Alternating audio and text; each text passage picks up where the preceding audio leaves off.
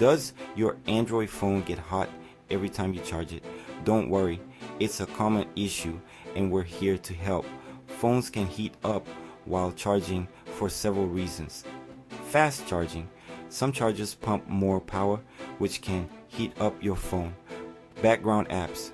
Apps running in the background use extra power, increasing heat. Bad charging habits. Charging your phone under a pillow or case can trap heat.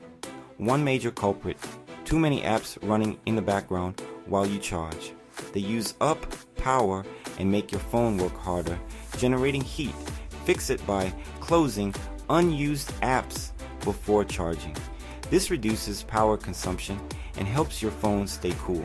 Using a low quality charger can also cause overheating. Always stick to the charger that came with your phone or use a certified one. Another easy fix: remove your phone case while charging.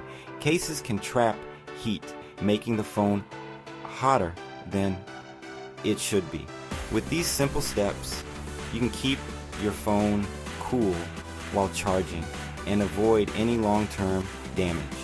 If this video helped you, don't forget to like, share, and subscribe for more tech tips to keep your devices running smoothly.